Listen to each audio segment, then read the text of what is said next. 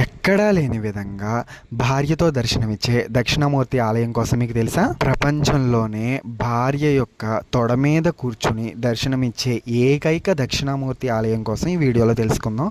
Video ఎక్కడ skip చేయకుండా అయితే చూడండి. శ్రీమాత్రే నమః. దక్షిణామూర్తిని సాధారణంగా దక్షిణ దిక్కు వైపు చూస్తూ వటవృక్షం కింద కూర్చొని సనక సనాదులందరినీ ఆశీర్వదిస్తూ చిన్ముద్ర పట్టి మౌన వ్యాఖ్యత బ్రహ్మ కింద దక్షిణామూర్తిని చూస్తాం. కానీ ప్రపంచంలో ఎక్కడా లేని విధంగా దంపతులుగా మనకి దక్షిణామూర్తి అయితే దర్శనమిస్తున్నారు. అమ్మవారు గౌరీదేవిగా చెప్తారనమాట. ఆవిడ యొక్క తొడ మీద కూర్చుని దక్షిణామూర్తి అయితే మనకి దర్శనమిస్తారు. స్వామివారు అమ్మవారి యొక్క తొడ మీద కూర్చుంటే అమ్మవారు స్వామివారిని వెనక నుండి కౌగిలించుకుని మనకి దర్శనమిస్తారు.